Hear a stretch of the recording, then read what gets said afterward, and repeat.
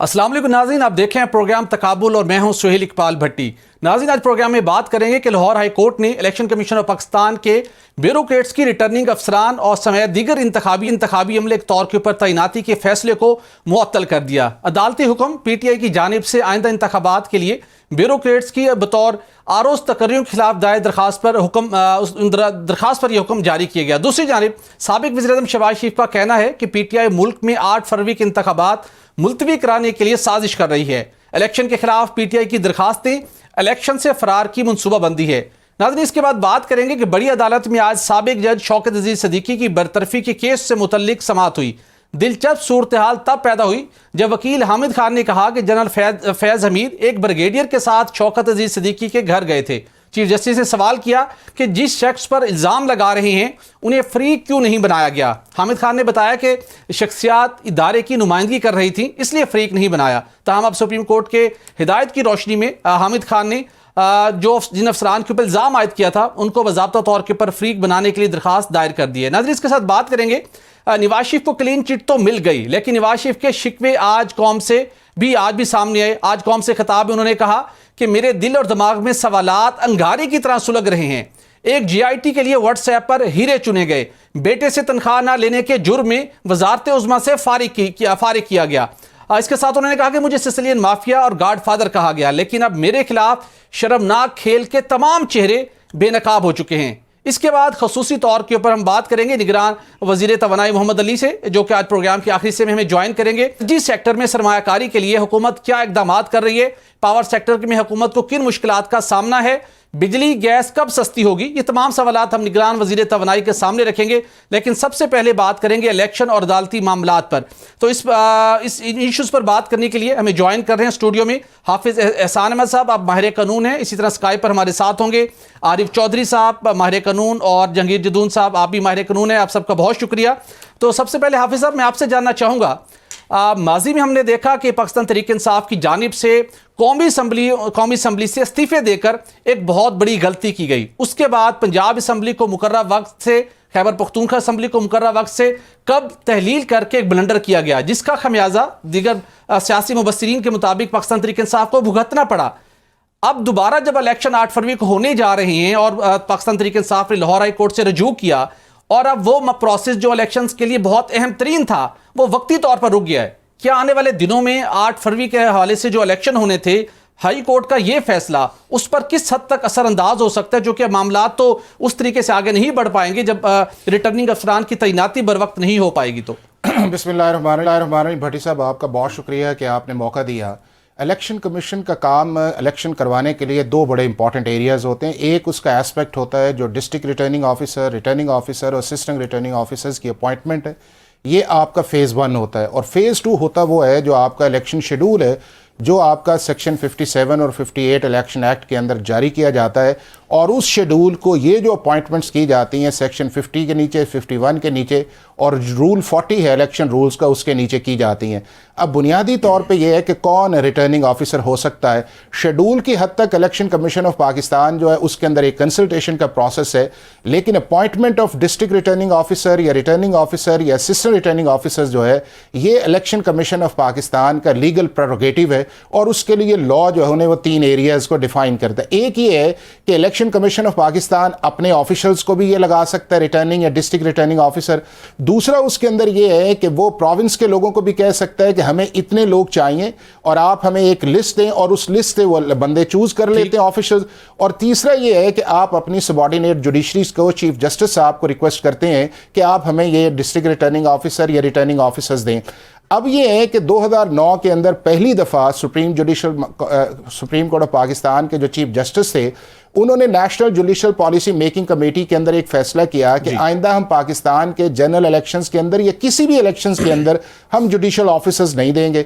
2012 के अंदर जब इलेक्शन कमीशन ने रिक्वेस्ट की तो उन्होंने टर्न डाउन की। उसके बाद दोबारा एक रिक्वेस्ट जब फखरुद्दीन जिब्राहिम आए, हामिद अली मिर्जा साहब को जब चेंज हुए, तो सुप्रीम कोर्ट ऑफ पाकिस्तान ने पार्शली उसको एक्सेप्ट किया। कुछ एग्जेक्टिव से थे, कुछ आपके जुडिशल से थे। फिर 2018 के अंदर आपके जुडिशल ऑफिसर्स आए थे। अब भी हुआ ये है, हाफिज साहब, क्या पाकिस्तान तहरीक इंसाफ को इस फैसले से मुतल्लिक इल्म नहीं है?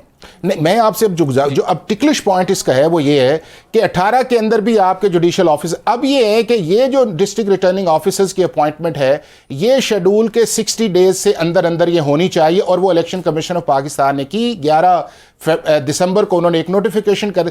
अब इस स्टेज के ऊपर आप कहा कि आप वायरीज को चैलेंज करें, और जब इलेक्शन कमीशन ऑफ पाकिस्तान अदालत में आके ये कहे कि हमने 3 चीफ जस्टिस जो हैं उन्होंने रिफ्यूज किया है, एक उन्होंने सिंध का नाम लिया है, एक पंजाब का नाम लिया है, और एक उसके बाद जो है वो KPK का नाम लिया। अब जब सुप्रीम को हाई कोर्ट के चीफ जस्टिस आपको रिफ्यूज कर चुके हैं कि हम इस प्रोसेस के अंदर नहीं आएंगे, तो उसके अलावा कोई ऑप्शन नहीं था इलेक्शन कमीशन ऑफ पाकिस्तान के अंदर वो करे। बिल्कुल। अब हुआ ये, सिर्फ वन लाइन में आपको कि बात मेरा ख्याल ये थी कि पॉलिटिकल ऑप्टिक्स की थी उसको रिट पिटीशन के अंदर लेके जाने की, लेकिन बात अब जो है मेरा ख्याल है PTI से भी आगे निकल गई है, और इसके जो लीगल या सीरियस कॉन्सिक्वेंसेज आएंगे, नंबर 1 ये है कि जितनी देर तक ये रेस्टोरेशन नहीं आती, लार्जर बेंच नहीं बनता, इसका फैसला नहीं आता या सुप्रीम कोर्ट इंटरवीन नहीं करती, अब आपका सेक्शन 57 और 58 के नीचे जो है वो इलेक्शन शेड्यूल जो अब आप अनाउंस नहीं कर सकते। लिहाजा अगर कल तक ये फैसला नहीं होता तो फिर आपके मुल्क के अंदर 8 फरवरी वाली जो मीट लाइन है, जो सुप्रीम कोर्ट का शेड्यूल है आपने दिया हुआ है, उसको आप एडहेयर नहीं कर सकेंगे। चॉइस साहब, आपने सुना, ये तो बड़ी अलार्मिंग सिचुएशन होगी कि पाकिस्तान तहरीक इंसाफ की लीगल टीम को, जिसके अंदर बड़े बड़े जय्यद नाम मौजूद हैं, उनको अंदाजा नहीं था कि हमारे इस एक्ट के नतीजे में 8 फरवरी को जो इंतखाबात होने हैं वो गैर यकीनी सूरत हाल से 2-4 हो जाएंगे। और आज तो नून लीग की जानिब से भी बड़ा संगीन इल्जाम आयद कर दिया गया पाकिस्तान तहरीक इंसाफ पर। नून लीग की तरफ से तो यकीनन संगीन इल्जाम आयद किया गया है, लेकिन जरा इलेक्शन कमीशन की हालत भी देखें ना, जिस तरह की सारी नरेशन दी है हमारे भाई ने, हाफिज एहसान ने, वो मामला अगर तो इस तरह लोग करें, इलेक्शन कमीशन गैर जानबदार इलेक्शन कमीशन हो और उसके सारे फैसले जो है वो बिल्कुल ट्रांसपेरेंसी जाहिर कर रहे हो, तो फिर तो बात और है। यहाँ तो मामला ये है कि इलेक्शन कमीशन हर वो काम कर रहा है जो उसे जिसके नतीजे में PTI जो है वो इलेक्शन से बाहर हो जाए। अब मौजूदा सूरत हाल में आप ये देखें कि ये जो ROs बनाए गए हैं, ये वो लोग हैं जिनको अभी पिछले दिनों में उस गवर्नमेंट ने बनाया, जो जहां जहां भी इनकी तैनाती की है वो सारी वो PDM की गवर्नमेंट ने की है, और PDM की गवर्नमेंट का तसलसल ही चल रहा है। और इलेक्शन कमीशन की हालत ये है कि किसी जगह भी जहां लोगों ने पॉइंट आउट कराया, हर एक को पता है कि जनाब ये जो आपने केयर टेकर्स बनाया है वो केयर टेकर्स बेसिकली नहीं है, वो किसी खास पॉलिटिकल पार्टी की तरफ से गए हैं, और उस पार्टी का वो मंशूर जो है उसे वो एग्जीक्यूट कर रहे हैं, उसका एजेंडा एग्जीक्यूट कर रहे हैं। इसके बावजूद अब तक इलेक्शन कमीशन जो है वो खामोश है, उन्होंने कोई कार्रवाई जो है वो केयर टेकर गवर्नमेंट के खिलाफ नहीं की, ना सूबाई और ना ही मरकजी। और जो उन्होंने एक यूं समझे कि आई बाज के तौर पर एक लेटर लिखा कि जनाब ये फला जो है इनकी, माजी में भी पाकिस्तान तहरीक इंसाफ ट्रैप हुई, क्या अभी भी किसी कुछ शख्सियात की वजह से वो ट्रैप तो नहीं हो गए कि कल को इलेक्शन ना हो तो इल्जाम PTI पर आयद हो? नहीं है, मैं आपको एक अर्ज करूं, जो किया जा रहा है उसके नतीजे में ये इलेक्शन वाली बात अदरवाइज भी नहीं हो रही, ये सारी बातें जिम्मे डाली जा रही है। मामला यह है कि या तो आप बिल्कुल वाज़ेह तौर पर ये इलेक्शन कमीशन को अभी तक क्या प्रॉब्लम था वो इलेक्शन शेड्यूल ना अनाउंस करने का, और आखिर में आके PTI के जिम्मे ये डाल देना कि जी आपने इंट्रा पार्टी इलेक्शन नहीं करवाए, और इंट्रा पार्टी, ये सारी की सारी चीज बता क्या रही है? ये सिर्फ ये बता रही है कि आपने हर वो काम करना है जिसके नतीजे में PTI को मौका ना मिले काम। अब ये है कि आखिर में आके PTI ने तो पहले यानी ये इस पे जब उन्होंने ROs बनाए हैं तो उसी वक्त ही उन्होंने इतराज करना था, वो तो ये सोच रहे थे कि ये ROs लेंगे उससे, जुडिशियल ऑफिसर से लेंगे। चॉइस साहब, मैं वापस आता हूँ आपकी तरफ, जरा जहांगीर जदून साहब का पॉइंट ले लो। वो चलवाएंगे, इनमें से कौन, कोई एक शख्स गैर जानब, जो नवाज शरीफ साहब को सल्यूट करने वाले IG हैं और जो CPOs हैं, वो सारे के सारे आप उन्हें लगा, वो मौजूद है और उनके बारे में किसी तरह की कोई कार्रवाई नहीं हो रही। चलिए ठीक है, मैं आपकी तरफ वापस आता हूँ। जहांगीर जदून साहब, आपसे जानना चाहूंगा, क्या आप जो ब्यूरोक्रेसी को अपॉइंट करने का पर्पस था, क्या यही वजह थी कि जो नवाज शरीफ को, नून लीग को सलूट करती है ब्यूरोक्रेसी, उनको इससे बहुत ज्यादा एडवांटेज मिला इलेक्शन में, इस वजह से ये मुमकिन तौर के ऊपर इस चॉइस को अडॉप्ट किया गया? या जो हाफिज एहसान साहब ने एग्जाम्पल दी कि इस हवाले से बहुत क्लैरिटी से बताया जा चुका है कि मुस्तकबिल के अंदर जुडिशियल अफसरान इस मकसद के लिए दस्तयाब नहीं होंगे, तो पाकिस्तान तहरीक इंसाफ जो तवील अरसे से इलेक्शन का मुतालबा कर रही है, इस मौके के ऊपर उनकी ये जो एक लीगल मूव है, ये किस हद तक इलेक्शन के हवाले से तबाहकुन साबित हो सकती है? ये तो देखें, फिर अगर इस तरह उन्होंने किया तो फिर इलेक्शन तो जिस तरह लोग कह रहे हैं नहीं हो रहे, तो फिर वो तो इसको स्ट्रेंथन कर रहे हैं। अगर देखें ना, जो हाई कोर्ट के चीफ जस्टिस हैं, अगर वो इनकार कर देते हैं चीफ इलेक्शन कमीशन को, जी हम अपने जुडिशियल ऑफिसर नहीं देते, तो इलेक्शन कमीशन जो रिटायर्ड जुडिशियल ऑफिसर है उनको एज रिटायरिंग ऑफिसर ले उनको में भी वो ले सकते हैं। तो ब्यूरोक्रेसी में आप ये तो हर बंदा जो है वो इलेक्शन जिताने के चक्कर में है। हो सकता है ब्यूरोक्रेसी में ऐसे लोग भी जो इमरान खान को पसंद करते हो या किसी और पार्टी को, ये बात नहीं होती। उन्हें देखो ना, अगर ऑफिशियली ड्यूटी अगर मजबूरी के तहत किसी ने तो इलेक्शन कराने हैं ना, तो इलेक्शन कौन कराएगा? अगर इलेक्शन कमीशन की बात जो है, हालांकि वो क्योंकि जुडिशरी जो है एग्जीक्यूटिव में नहीं आती, एग्जीक्यूटिव एजेंसी तो बाउंड है इलेक्शन कमीशन को हेल्प करने के लिए, उनको कंटेम्प्ट इशू कर सकता है। लेकिन अगर जुडिशरी है वो नहीं करती, तो इसमें मेरे हाल में सुप्रीम कोर्ट को इंटरव्यू करना चाहिए। या तो वो बताएं जी कि किसी जगह से भी हम अपने जुडिशियल अफसर नहीं। उसकी वजह ये थी कि जब इफ्तिखार चौधरी के ज़माने में, आपको पता है, इमरान खान ने सबसे पहले कहा था ये आरओ का इलेक्शन है, तो उसके बाद उन्होंने इनकार कर दिया जी कि हम ड्यूटी भी करते हैं, फिर हमें इसमें ब्लेम गेम लगते हैं जी कि आपने धांधली कर ली है। तो इलेक्शन तो फेयर नहीं होंगे या नहीं कोई कराएगा, तो मजीद उस पर सवालात उठ जाएंगे। साहब, आज हम तवक्को कर रहे थे कि 14 दिन कबल बन रहे थे, आज ये कल तक इलेक्शन शेड्यूल जारी होना था, लेकिन अब जैसे हाफिज एहसान साहब ने बताया, इस सिनेरियो के अंदर election commission of Pakistan schedule जारी नहीं करेगा। तो अगर इलेक्शन शेड्यूल जारी ना हुआ तो इसका मतलब है कि जो 8 फरवरी की डेडलाइन थी, जो सुप्रीम कोर्ट ऑफ पाकिस्तान ने पाबंद करवाया था, सदर मुमलिकत को भी ऑन बोर्ड किया गया था, फिर वो तारीख तो हम अचीव नहीं कर पाएंगे। नहीं, हाई कोर्ट को इसको सस्पेंड नहीं करना चाहिए था। हाई कोर्ट चले नोटिस कर देती है, वजूहात ले लेती है, लेकिन अब सारे प्रोसेस को सैबोटाज करने के लिए उसको सस्पेंड कर दिया। अब उनकी ट्रेनिंग रुक गई है, तो निज़ाम अगर रुक गया तो 4 दिन आगे, तो फिर 8 तारीख तो डेफिनेटली मुश्किल हो जाएगा।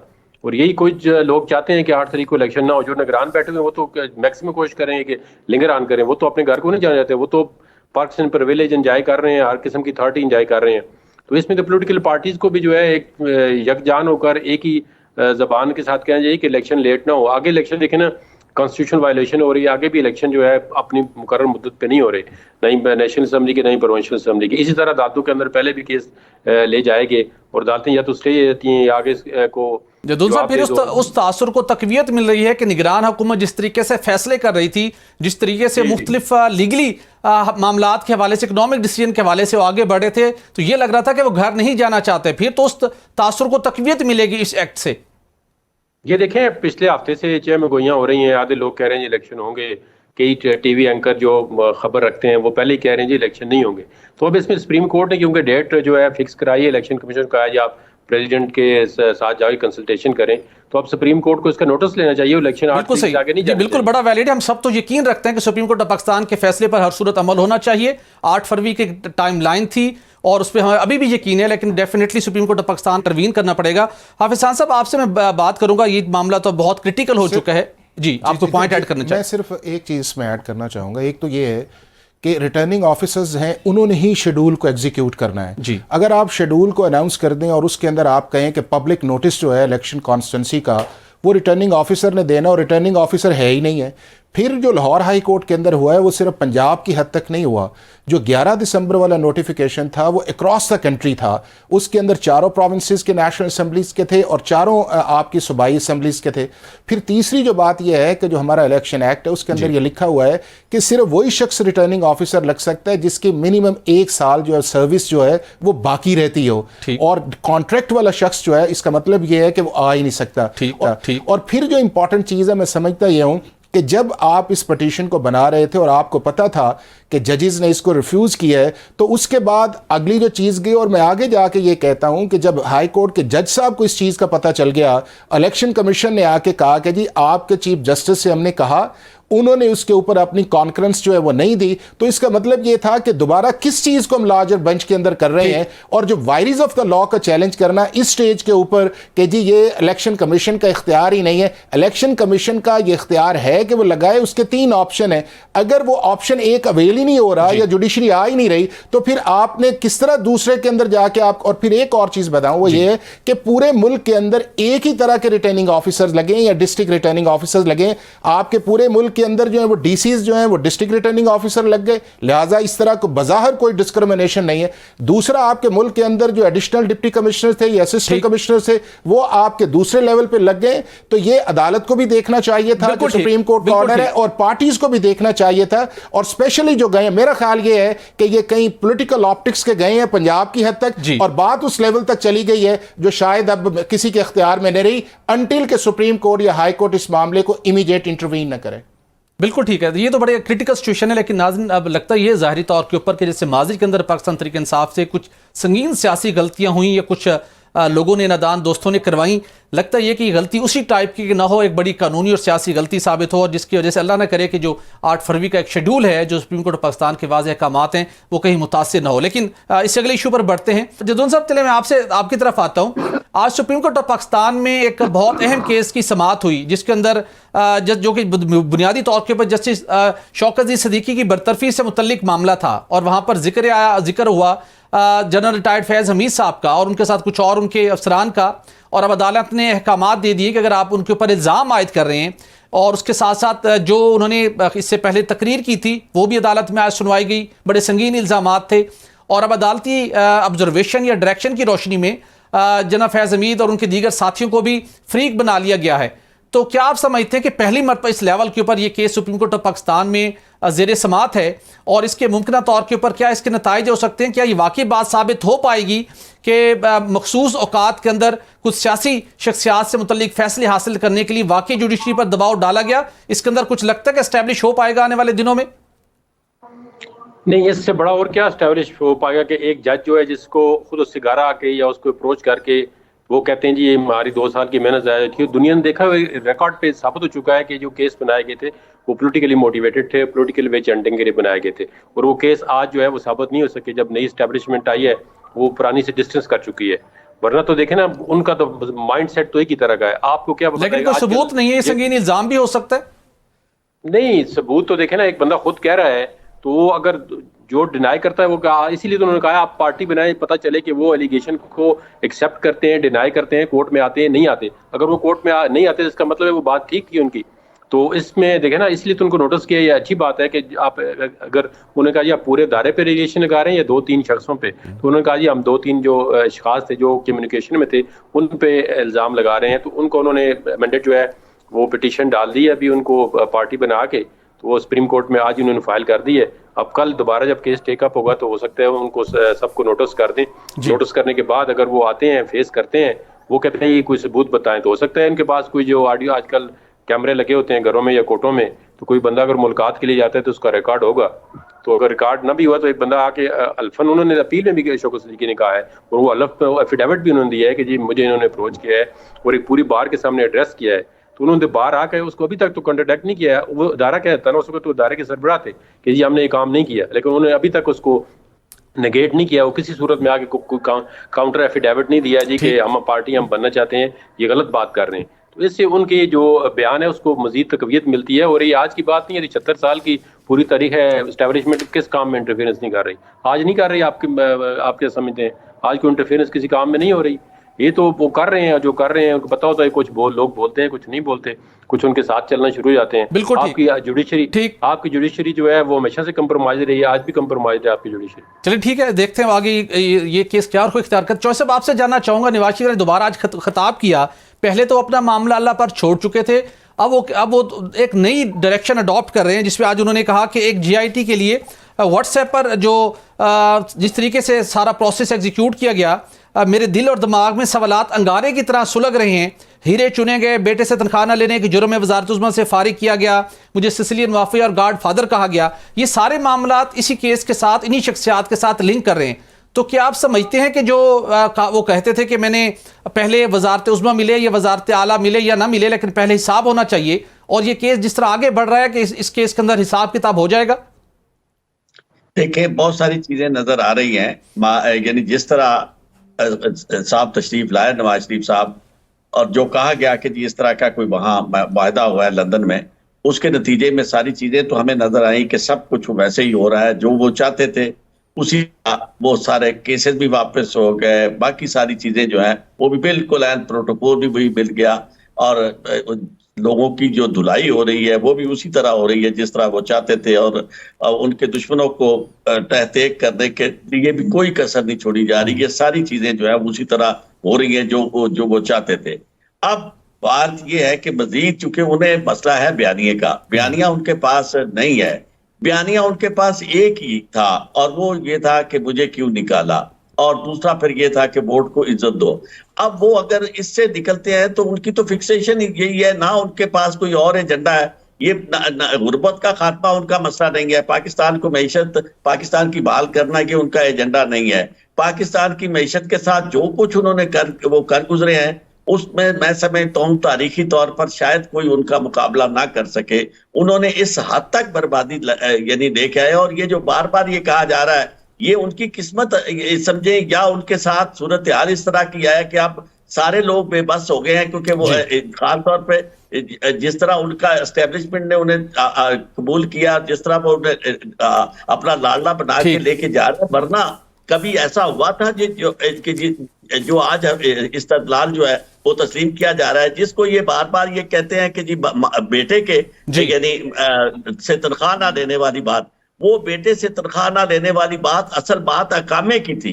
अकामा जो है वो मनी लॉन्ड्रिंग के लिए इस्तेमाल होता है, वरना किसी मुल्क का सरबराह जो है या किसी इस सतह का बंदा जो है वो जाके अकामा क्यों लेगा। सिर्फ नवाज शरीफ साहब ने अकामा नहीं दिया था, बल्कि जितने भी ये इसहाक डार और ये सारे जो थे वहां मुलाजमतें इख्तियार बज़ाहिर ऐसे ही लेना पड़ता है, और वो अकामे बिल्कुल ठीक। चौधरी साहब आपका बहुत शुक्रिया। जहांगीर जदून साहब, आरिफ चौधरी साहब, हाफिज एहसान साहब, आपने ज्वाइन किया, आपका बहुत शुक्रिया। अब ये मामला बहुत तेजी के साथ आगे बढ़, कल इस पर दोबारा सवाल भी होनी, देखते हैं ये मामला क्या रुख इख्तियार करते हैं। नाज़रीन यहाँ पर एक ब्रेक लेंगे और ब्रेक के बाद हमें ज्वाइन करेंगे वफाकी वजीर तवानाई मोहम्मद अली साहब। उनसे पूछेंगे कि बिजली और गैस आखिर कब सस्ती होगी, या मजीद महंगी होने का सिलसिला यूं ही जारी रहेगा, और उसके साथ साथ बिजली की तकसीम कार कंपनियों ने सार्फिन से जो ओवर बिलिंग की और जो लोग इसके अंदर मुलविस पाए गए उनके खिलाफ क्या कार्रवाई होने जा रही है, उनसे ये पूछेंगे। हमारे साथ रहिएगा, यहाँ ब्रेक लेंगे। वेलकम बैक नाज़रीन, किसी भी मुल्क की मौशी तरक्की में अफोर्डेबल और पायदार एनर्जी का कलीदी किरदार है, लेकिन हम देखते हैं कि पाकिस्तान में बिजली और गैस के निर्खों में रिकॉर्ड इजाफे के बायस जहाँ पे मुल्क की मौशियत को बहुत से चैलेंजेस का सामना है, मुख्तलिफ सनतों को बहुत से चैलेंजेस का सामना है, वहाँ पर आम सारिफ भी बुरी तरह से मुतासिर हो रहा है। बिजली गैस चोरी, लाइन लॉसेस, उसके साथ साथ ओवर बिलिंग, ये बहुत से ऐसे मसाइल हैं जिसकी वजह से हमारा जो पूरा एनर्जी सेक्टर है वो चौक होकर रह चुका है। लेकिन सवाल ये है कि ये सूरत-ए-हाल आखिर कब तक ऐसी रहेगी, कैसे हम इसको ठीक बना सकते हैं। और उसके साथ साथ एनर्जी सेक्टर में गैर मुल्की सरमायाकारी की भी बहुत ज़्यादा बात हो रही है कि वाकई पाकिस्तान के एनर्जी सेक्टर के अंदर आने वाले दिनों में गैर मुल्की सरमायाकारी होने जा रही है। इसके ऊपर बात करने के लिए हमें ज्वाइन करें निगरान वफाकी वज़ीर तवानाई मोहम्मद अली साहब। मोहम्मद अली साहब, आपका बहुत शुक्रिया। मोहम्मद साहब, मैं जानना चाहूँगा, निगरान कैबिनेट के अंदर शायद आप वो वाहिद वज़ीर होंगे जिन्होंने जिस वजारत का कलमदान संभाला, तो आपका अपना प्रैक्टिकल एक्सपीरियंस भी बहुत ज़्यादा था और आपको नौ हाउ थी कि इस शोबे के अंदर कौन से मसाइल हैं। 4 माह हो चुके, इन 4 माह के दौरान इस शोबे के अंदर जो वैसे तो कोई दहाइयों पर मुश्तमिल मसाइल थे, बहुत से इशूज़ हैं, रातों रात एड्रेस नहीं हो सकते, लेकिन एटलीस्ट इसकी डायरेक्शन को ठीक करने के लिए इन 4 माह में अब तक कौन से कंक्रीट स्टेप्स लिए आपने? थैंक यू सुहेल भाई। पावर की पहले बात कर लेते हैं। पहली चीज़ तो जो सबसे बड़ा मसला है वो है लॉसेस का, चोरी का और रिकवरी का। तो उसके ऊपर तो आपके सामने है कि आज से पहले इस टाइप की कोई ड्राइव शुरू नहीं हुई थी। आपके साथ मैं शेयर कर लूँ कि जो हमने लॉसेस और रिकवरी पे जो काम शुरू किया है, तो केयरटेकर गवर्नमेंट से पहले 2 बार यही आइडिया प्रीवियस कैबिनेट्स के साथ डिस्कस हो चुका है, ठीक, लेकिन वो कभी अप्रूव नहीं हुआ था। तो पहली बार हुआ है कि इस लेवल की ड्राइव अप्रूव हुई है। उसके अंदर हमें अभी तक तकरीबन जो टोटल फ़ायदा हुआ है वो 62 बिलियन का हुआ है, जो कैश रिकवरी हुई है और जो सेविंग्स हुई हैं। तो दैट्स द इम्पैक्ट। अब हम लीगल चेंजेस भी कर रहे हैं। आज ही प्रेसिडेंट साहब ने ऑर्डिनेंस साइन किया है कि जो चोरी, बिजली की चोरी है वो कॉग्निजेबल ऑफेंस नहीं था, ठीक है, जबकि बाकी बहुत सारे क्राइम जो हैं वो कॉग्निजेबल ऑफेंस होते हैं। तो वो साइन हो गया आज ऑर्डिनेंस।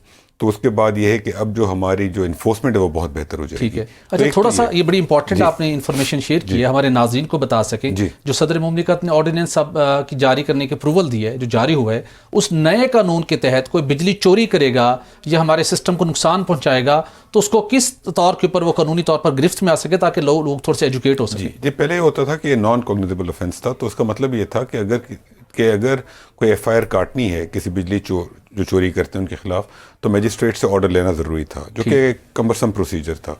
अब हमारे जो डिस्कोर्स के जो एम्प्लॉयज़ हैं वो जो हैं वो पुलिस के पास जाके एफआईआर कटवा सकते हैं। ऑब्वियसली उसका एक सिस्टम होगा, वो सीईओज देख रहे होंगे उसको, प्लस उसकी रिपोर्टिंग हो रही होगी, और हमारे पुलिस के अंदर भी जो एसएच होते हैं वो इतने आराम से तो एफआईआर नहीं काटते। लेकिन अब वो प्रोसेस थोड़ा सा ईज आउट हो जाएगा। फॉर एग्जांपल पाकिस्तान में पहले अगर कोई फॉर एग्जांपल मोटरसाइकिल चोरी हो गई लाख रुपए की, 2 लाख रुपए की, वटेवर, तो उन चीज़ों के ऊपर आप एफआईआर कटवा सकते थे। लेकिन बिजली चोरी जो कि तकरीबन 600 अरब रुपए का सालाना नुकसान पहुंचाती है मुल्क को, उसके ऊपर ऐसा कोई कानूनी ऑफेंस नहीं, एफआईआर काटना मुश्किल था। तो ये एक चोरी, ये हमने चेंज की है। इसके अलावा हम बाकी जो लीगल चेंजेस ऐसी हैं कि जिनसे इसको पकड़ा जा सके, उसके ऊपर भी हम काम कर रहे हैं। तो आपने सवाल पूछा कि क्या क्या स्टेप्स क्या क्या हुआ है केयरटेकर गवर्नमेंट में, 4 माह ऑलमोस्ट हो गए।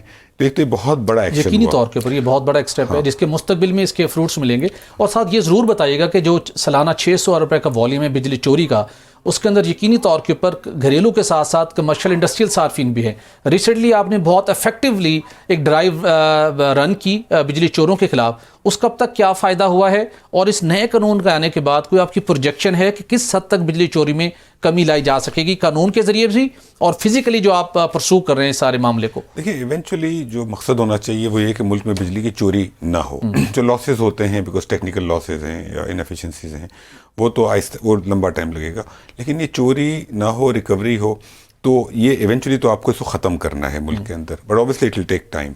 इसके अलावा कुछ 2-3 और जो बड़ी चीज़ें हुई हैं, जैसे कि आपने नोट किया होगा कि ओवरऑल जो पास्ट के बहुत सारे ऐसे डिसीजंस थे जो कि पेंडिंग थे, तो केयरटेकर गवर्नमेंट को जो बहुत टाइम लगा, वो पास्ट के जो पेंडिंग मैटर्स थे जो कि अप्रूव ही नहीं हो रहे थे। फॉर एग्जाम्पल बहुत सारे ऐसे मैटर्स थे जो कि बड़े सिंपल मैटर्स थे, वो 5 साल 7 साल से पेंडिंग थे। उनकी डिटेल में नहीं जाना चाहता, लेकिन हमारे पास जो इश्यूज आए कोई 2016 से पेंडिंग था, 2015 से, 2019 से। एक हमारे पास मैटर आया जो 1996 से पेंडिंग था। अब आप सोचें कि 27 साल से एक मैटर पेंडिंग है। और ये किस नौयत का मामला था? बेसिकली कुछ जैसे कि डिस्प्यूट्स थे एफबीआर के, कुछ हमारी इलेक्ट्रिसिटी कंपनीज के साथ, कुछ टैरिफ के इश्यूज थे जो नोटिफाई नहीं हुए थे, तो इस टाइप की डिफरेंट चीज़ें, तो वो हमें क्लियर करने में बहुत टाइम लगा। तो वो भी एक बहुत बड़ा काम हुआ है कि बहुत सारे पेंडिंग इश्यूज जो हैं वो हमने क्लियर किए। इसके अलावा जो अभी जो काम हो रहा है उसके अंदर डिस्कोर्स के ऊपर, डिस्ट्रीब्यूशन कंपनीज के ऊपर डिफरेंट टाइम्स पे डिफरेंट डिस्कशन हुए, प्रोविंशलाइजेशन, प्राइवेटाइजेशन, कंसेशन, और ये भी एक बहुत टाइम कंज्यूमिंग चीज़ थी कि जी किस रास्ते पर जाना है। हमने शुरू से कहा कि जी कंसेशन पे जाना है, but with in the concession भी बहुत सारा काम करना पड़ा। आज से 1 माह पहले हमारा ख्याल था कंसेशन पे हमने एग्री कर लिया and we'll move the summary, लेकिन जब उसके हम डेप्थ में गए तो हमने कहा कि खाली समरी मूव करने का फ़ायदा नहीं है, हम थोड़ा सा ऐसा काम करें उसका पूरा वर्क प्लान बना लें। तो उस वर्क प्लान के ऊपर मैं वर्ल्ड बैंक और आईएफसी के साथ काफ़ी काम किया। वो माशाल्लाह पिछले कोई 20 दिन से सर्कुलेशन के लिए गई है, कुछ कमेंट्स आ गए, कुछ कमेंट्स बाकी हैं, लेकिन वो अब इंशाल्लाह अगले हफ्ते हम मूव कर देंगे उस समरी को भी, बल्कि होपफुली कल या बिल्कुल ये यकीनी तौर पर एक अच्छा इनिशिएटिव है। लेकिन जो एक आम आदमी जिससे मुतासिर हो रहा है, बिजली के निर्खों में जो रिकॉर्ड इजाफा हुआ, आप लोग के पास कोई और ऑप्शन नहीं थी। अभी भी कहा जा रहा है कि रवा माली साल के दौरान 976 अरब के लगभग एक शॉर्टफॉल होगा। अभी भी बिजली का जो टैरिफ है टैक्सेस के अलावा 45 रुपये फी यूनिट तक पहुंच चुका है। घरेलू साफिन परेशान, कमर्शियल परेशान, इंडस्ट्रियल कस्टमर परेशान, एक्सपोर्टर्स परेशान कि हम जो इंटरनेशनल मार्केट है उसको हम कम्पीट नहीं कर पाएंगे। तो इस हवाले से जो जहाँ पे हमारा मसाइल हैं जिसकी वजह से हमारा टैरिफ बढ़ रहा है, मुझे याद है कि माजी के अंदर जब आपने पावर सेक्टर जो के हवाले से कमीशन बना था, इंक्वायरी एक कमीशन बना था, आपने उसको हेड किया, आपकी रिपोर्ट आई और उस रिपोर्ट की रोशनी में सीपेक के अलावा जो बाकी पावर प्रोजेक्ट्स हैं जिनके साथ बातचीत हुई, डॉलर रेट को किसी जगह पे फिक्स किया गया, तो लगभग 150-200 अरब का फ़ायदा हुआ अगर मैं दुरुस्त। लेकिन उसके अंदर जो सीपेक के तहत लगने वाले पावर प्लांट्स से रिसेंटली हमें ब्रीफिंग भी दी गई, उनकी वजह से कैपेसिटी पेमेंट के ऊपर बहुत ह्यूज और हैवी इंपैक्ट है। इतलात ये है कि चाइना के साथ इस मामले को टेकअप किया गया कि एटलीस्ट जो डेट है उसकी कोई रिस्ट्रक्चरिंग हो जाए या कोई और ऐसा वे आउट मिल जाए जिसको हमको स्प्रेड कर लें चीज़ों को, और हमारा जो कस्टमर है, आम आदमी है, उससे कोई बचत हो सके। तो टैरिफ को ओवरऑल कंट्रोल करने के लिए या उसको थोड़ा नीचे लाने के लिए क्या इकदाम कर रहे हैं? देखिए, पहली बात थोड़ा क्लियर कर दूं, मैंने पहले भी कहा है टीवी इंटरव्यूज में कि हमारे जो कॉन्ट्रैक्ट्स पाकिस्तान ने ऑलरेडी किए हुए हैं उनको हम नहीं छेड़ेंगे, बिकॉज एक बार पहले रीनिगोसिएशन हो गई 2020 में, बार बार ये चीज़ें मुल्कों के लिए अच्छी चीज़ नहीं है, तो हम उनको नहीं छेड़ेंगे। हाँ, उसी के अंदर जहाँ पर बेहतरी हो सकती है उसके ऊपर हम काम कर सकते हैं। इस वक्त जो 3 बड़ी चीज़ें जो कि हमें करनी हैं, जिनके ऊपर हम काम कर रहे हैं, एक है सर्कुलेटेड स्टॉक। ओके। आपका सर्कुलेटेड स्टॉक जो है वो तकरीबन 4500 अरब का है, पावर और पेट्रोलियम मिलाकर, जो प्रिंसिपल है पेट्रोलियम का प्रिंसिपल मिलाकर। उसको हमें स्टॉक को कम इसलिए करना पड़ेगा कि उसके ऊपर जो इंटरेस्ट पेमेंट हो रही है वो अनसस्टेनेबल हो गई है, बल्कि एज टाइम गोज बाय वो बहुत मुश्किल हो जाएगा उसको सस्टेन करना। उसका कोई ना कोई हल निकालना ज़रूरी है, उसके ऊपर हम काम कर रहे हैं। सेकेंडली, जो डेट है डिफरेंट पावर प्लांट्स के ऊपर, उनका अगर टेनर एक्सटेंड हो जाए, उसके ऊपर हमने इनिशियल वर्क किया है, हमने कंपनीज को साउंड ऑफ भी किया है। उसके ऊपर एक अच्छा रिस्पांस मिला है हमें कि अगर ये डेट टेनर का एक्सटेंशन अगर फीजिबल अगर गवर्नमेंट चाहती है तो कंपनीज जो हैं वो उसको सपोर्ट करेंगी, तो which is a good news कि उस पर हमें अच्छा रिस्पांस मिला है चाइना की तरफ से। हम कंपनी से बात कर रहे हैं, हम तो कंपनी से बात करेंगे, कंपनीज में चाइनीज इन्वेस्टर्स भी हैं, हमारे भी हैं, तो उस पर हमें अच्छा रिस्पांस मिला है, बल्कि बहुत अच्छा रिस्पांस मिला है। अब जाहिर बात है उसको आगे लेके जाना, उसके ऊपर काम करना, ये सब time consuming, but that's something which we are working on. एक और चीज़ जो आपने कहा कि बिजली महंगी है, बिजली मैंने पहले भी कहा बिल्कुल महंगी है, लेकिन बिजली महंगी होने की वजूहत की हैं। देखिए, एक जो आज पाकिस्तान को फेवर में एक चीज़ जाती है वो हमारी एनर्जी कॉस्ट जो है वो आज कम है, तकरीबन 8-9 रुपये एनर्जी कॉस्ट है। हमारा जो मसला है वो कैपेसिटी पेमेंट का है, तो अगर डेट टेनर एक्सटेंड होगा तो कैपेसिटी पेमेंट पे फ़र्क पड़ेगा। सेकेंडली, हमारे बिजली के नर्क में टैक्सेस बहुत ज़्यादा हैं। हमारे मुल्क में unfortunately tax collection, direct taxes की कलेक्शन जो कि कम होती है, तो इसलिए इनडायरेक्ट टैक्सेस बहुत सारे होते हैं। सर, यहीं पे आपको इंटरप्ट करूंगा, एक अहम हमारे कौमी सलामती से मुतल्लिक़ इदारे की तरफ से एक रिकमेंडेशन आई थी। ज़ाहिर है उनका भी एक बड़ा स्टेक है, अवाम जब मुश्किलात में आती हैं तो उन तक भी एक फील पहुंचती है। उन्होंने मिनिस्ट्री को रिकमेंड किया था कि FBR से कहें कि खुदा का नाम माने, जितना आपने बिजली की सप्लाई तकसीम फ़रोख्त को आपने टैक्स कलेक्शन का जरिया बना लिया, बैठे हुए आराम से और वहाँ से दड़ दड़ आप कलेक्शन कर रहे हैं। रिकमेंडेशन आई थी कि GST को भी कम करें जो इस वक्त 17% है, और बाकी जो टैक्स है उनको भी कम किया जाए। तो उसके ऊपर कोई ऐसा संजीदगी से गौर किया जा रहा है कि उसको कुछ कम किया जा सके, जो कि बड़ा रिलीफ मिल सकता है उससे भी? मेरा ख्याल है कि अभी फ़ौरन कम नहीं हो सकेगा। वो उसकी वजह है कि मुल्क के अंदर टैक्सेस कम करने की गुंजाइश नहीं है। देखें, FBR को भी एफिशिएंट होना पड़ेगा, पावर मिनिस्ट्री को भी एफिशिएंट होना पड़ेगा, पावर मिनिस्ट्री के बाकी इदारों को भी होना पड़ेगा, हमारे जो डिस्कोज हैं उनको भी होना पड़ेगा, तो ओवरऑल SOEs को भी होना पड़ेगा। तो मुल्क में आप जहां भी देखेंगे हर तरफ इश्यूज हैं, PIA में इश्यूज हैं, स्टील मिल में इश्यूज हैं, डिस्कोज में इश्यूज हैं, FBR में इश्यूज हैं, तो अक्रॉस द बोर्ड बेहतरी होनी पड़ेगी। हम तकरीबन 700 से 800 अरब साल का जो है वो टैक्सेस में दे देता है पावर कंज्यूमर। अगर आप देखें पर यूनिट, तो 6-7 रुपए पर यूनिट जो है हमारे बिलों में वो पावर कंज्यूमर जो है वो टैक्सेस दे रहा है। 700 रुपये सालाना तक हम आम बिजली के जो सार्फिन है वो टैक्स भी अदा कर रहे होते हैं। वही टैक्सेस की बात कर रहा हूँ मैं कि 6-7 रुपए पर यूनिट हम टैक्सेस दे रहे हैं। तो कैपेसिटी पेमेंट का इशू है और टैक्सेस का इशू है। अब इसमें जो आने वाले वक्तों में लॉसेस तो एक चोरी रिकवरी वो तो एक चीज़ है, दो और चीज़ों पे काम करने की बहुत सख्त ज़रूरत है। एक, हमारे ट्रांसमिशन नेटवर्क में हमें इन्वेस्टमेंट करने की ज़रूरत है, बिकॉज उसके बगैर हम सस्ती बिजली को ट्रांसपोर्ट नहीं कर सकेंगे, तो उसकी कैपेसिटी ऑलमोस्ट फुल हो गई है। और सेकेंडली, जैसे जैसे डिमांड बढ़ती जाएगी तो जो नई एनर्जी जो हम लाएं मुस्तकबिल में, वो हम माजी की तरह कॉन्ट्रैक्ट्स ना करें। जो हमने माजी में IPP से कॉन्ट्रैक्ट किए हैं, फ्यूचर में इस टाइप के कॉन्ट्रैक्ट्स ना हो। सर, माजी के कॉन्ट्रैक्ट में वैसे मेजर एक दो क्या ऐसे फॉल्ट थे जो कि पब्लिक को गवर्नमेंट ऑफ पाकिस्तान के फेवर में नहीं थे और मुस्तकबिल में उनसे अवॉइड करना चाहिए?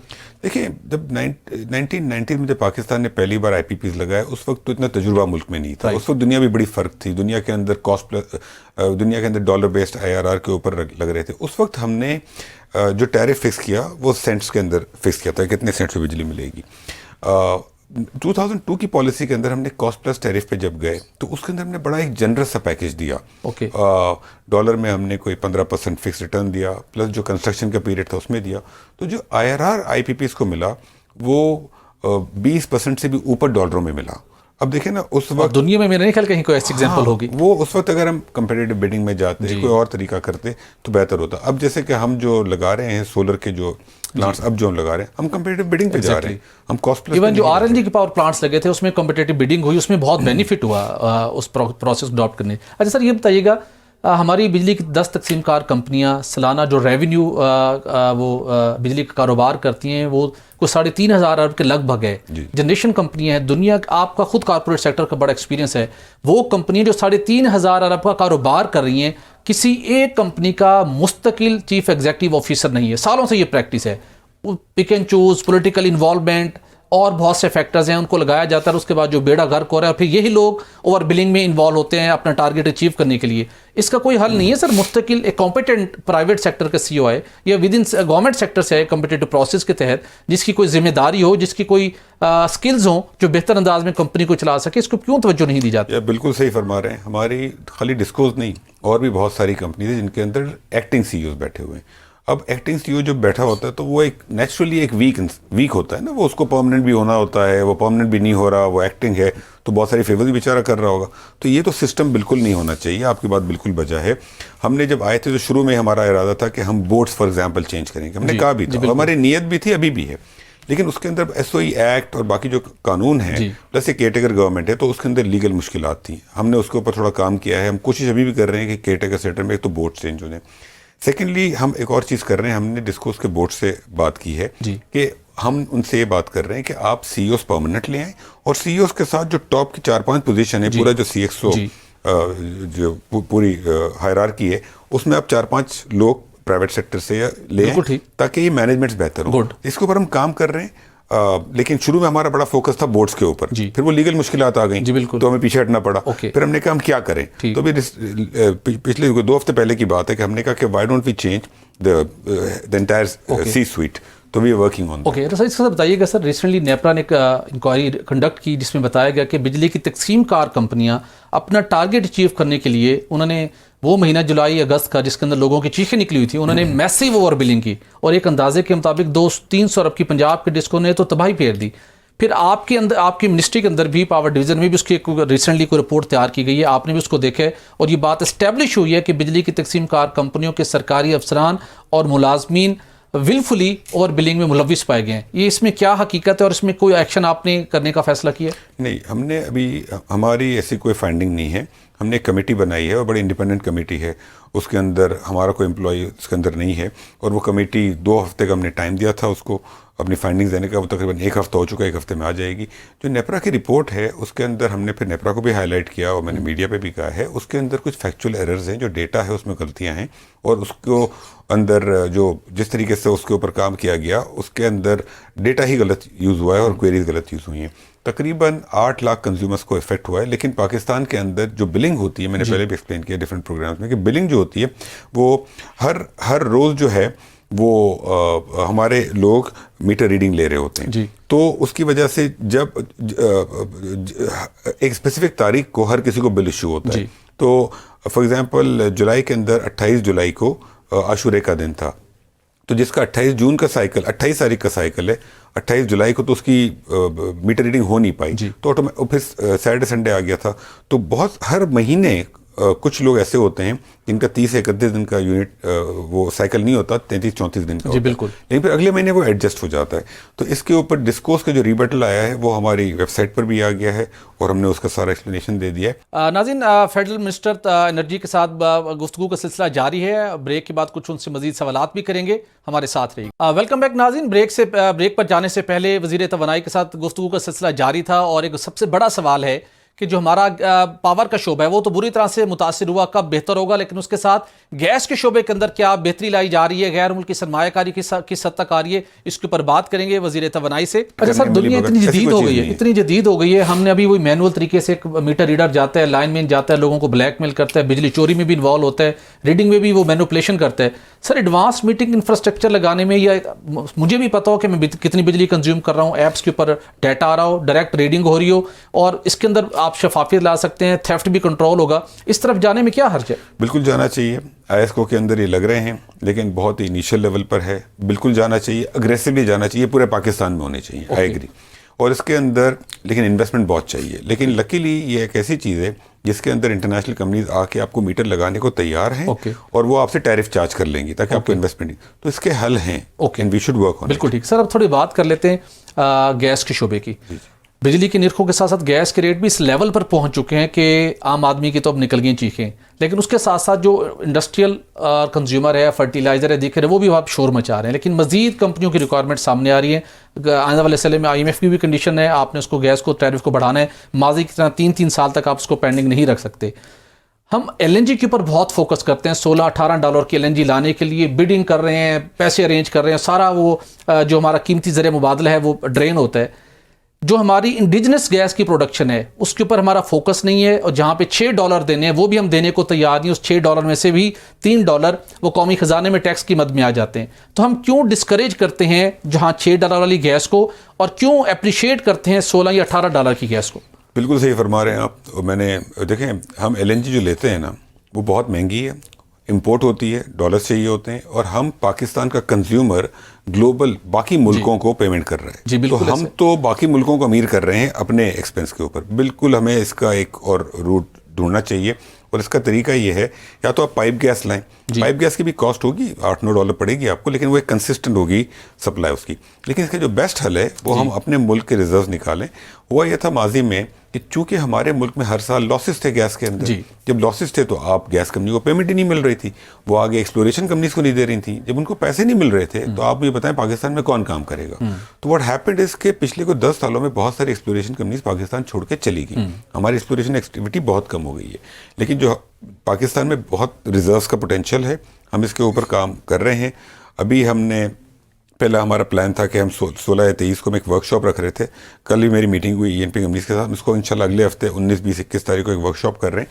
जो इश्यूज हैं एक्सप्लोरेशन के अंदर, उनको हमें खत्म करना पड़ेगा। एडमिनिस्ट्रेटिव इशू सर बहुत से हैं, पॉलिसी की बहुत इशू है, थोड़ा सा उसको मेरे ख्याल में आपको थोड़ा उसको आसान बनाने की अशद ज़रूरत है गवर्नमेंट साइड से भी, ताकि प्राइवेट सेक्टर को इंकरेज हो, वो आगे बढ़ें। इसके साथ सर ये ज़रूर बताइएगा कि ईरान पाकिस्तान गैस पाइपलाइन के साथ क्या स्टेटस है? रिसेंटली कुछ एक्टिविटी हुई थी, ईरान को भी इंगेज किया गया, और उसके साथ टैपी गैस पाइपलाइन की क्या स्टेटस है, और कमिंग डेज में IP के ऊपर कोई काम स्टार्ट होने की उम्मीद है?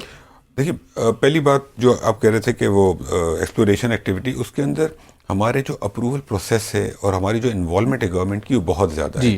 वो एक गैस रिजर्व निकलता है, फिर वो अग्रीमेंट्स आते हैं, उनकी अप्रूवल बहुत टाइम लग जाता है। हमें इसको सिंप्लीफाई करना होगा और गवर्नमेंट की इन्वॉल्वमेंट कम करनी होगी। तो उसके ऊपर वही जो मैं कह रहा हूँ वर्कशॉप हम कर रहे हैं, वही उसी के ऊपर काम कर रहे हैं। जहाँ तक टापी और IP का सवाल है, उसके ऊपर हमने इनिशियल डिस्कशन की हैं। टापी के ऊपर तुर्कमेनिस्तान साइट के साथ, ईरान के साथ भी हमने डिस्कशन किया है। आई वॉज इन ईरान, हमने उधर मीटिंग्स की हैं। तो उसका हम कोशिश करें कोई ऐसा हल निकालें कि ये प्रोजेक्ट जो हैं ये कंप्लीट हों दोनों के दोनों। पॉसिबिलिटी है IP की, इन दोनों में से कौन सा प्रोजेक्ट पहले ऑनलाइन हो सकता है? मेरे ख्याल में इन टर्म्स ऑफ टाइम दोनों हो सकते हैं। ईरान के ऊपर हमने काफ़ी काम किया है रिसेंटली, जब से केयरटेकर गवर्नमेंट आई है, और हम कोशिश कर रहे हैं कि उसको हम कोई ना कोई ऐसा हल निकालें कि इसके ऊपर काम शुरू हो जाए।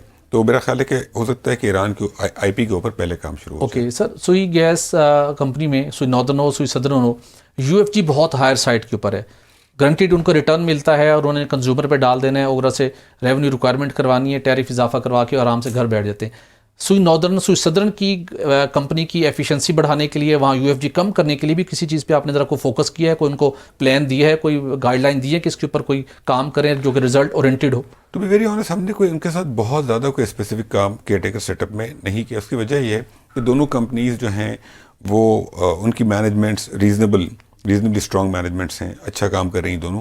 कुछ जो UFG है उसके अंदर उनकी अपनी भी मजबूरी है। देखिए, UFG सुई साउथ का बलूचिस्तान की वजह से बहुत ज़्यादा हो जाता है, वहाँ पर सिक्योरिटी के इश्यूज़ हैं और कंसर्न्स हैं वहाँ पर। सुई नॉर्थ का UFG is under control at the moment. तो आई थिंक वो चीज़, उसमें बेहतरी की ज़रूरत है। लेकिन आई थिंक केयरटेकर गवर्नमेंट का टाइम इतना कम है कि हम कितने फ्रंट्स पे काम करें, आपको डिसाइड करना होगा कि किन फ्रंट्स पे काम करना है और कौन सी लो प्रायोरिटी। सर, एक बड़ी डेवलपमेंट हुई जिसमें दुनिया की एक बड़ी कंपनी अरामको, सऊदी अरामको, उसने पाकिस्तान के अंदर एक गो कंपनी जो कि ऑयल मार्केटिंग कंपनी है, उसके 40% शेयर खरीदे हैं। इस डेवलपमेंट को किस निगाह से देखते हैं? और कुछ मुख्तलिफ ममालिक के साथ G2G बेसिस के ऊपर बातचीत जारी थी, जिसके अंदर रेकोडिक था, कुछ और एनर्जी के प्रोजेक्ट्स थे, RLNG के पावर प्लांट्स थे, तवक्को कर रहे थे कि $1 बिलियन की इन्वेस्टमेंट हो सकती है। उस हवाले से अगर कोई डेवलपमेंट है तो हमारे नाज़रीन के साथ अगर आप शेयर कर सकते हैं। बहुत ही पॉजिटिव न्यूज़ है, बहुत बड़ी न्यूज़ है। ऑल्दो अमाउंट कोई $90-100 मिलियन है, लेकिन आरामको का आना कितना बहुत बड़ी न्यूज़ है कि Aramco is coming to this country, to Pakistan. बीच में जब शेल अपना स्टेक बेच के जा रही थी तो एक बड़ी नेगेटिविटी थी। तो आरामको के आने से ये तो प्रूव हो गया कि ऐसी कोई चीज़ नहीं है कि इंटरनेशनल कंपनीज नहीं आ सकती। लेकिन जो गैस प्राइस में चेंजेस हुई हैं ना, वो चेंजेस ज़रूरी थी। उससे पाकिस्तान को 400 अरब का नुकसान हो रहा था। अब दुनिया की कंपनीज ने देख लिया कि पाकिस्तान मुश्किल फैसले करने पे तैयार है। उससे आप देखेंगे ENP कंपनीज भी आएंगी इस मुल्क में इंशाल्लाह। आरामको के साथ ऑलरेडी हमारी रिफाइनरी की बात चल रही है। चाइनीज़ कंपनीज, हम चाइना में थे प्राइम मिनिस्टर साहब के साथ, चाइनीज़ कंपनियां 2-3 हमारे पास हैं कि we want to set up refinery in Pakistan. अभी हमने कुवैत में एग्रीमेंट साइन की, UAE में साइन किए। इन्वेस्टमेंट आने को तैयार है पाकिस्तान। अब भाई हमारा काम है कि हम प्रोजेक्ट्स उनको मार्केट करें, बैंकेबल बनाएं और उनसे इन्वेस्टमेंट लाएं। बिल्कुल ठीक। प्रोग्राम का वक्त खत्म हो जाता है, इजाज़त दीजिए, अल्लाह हाफिज़।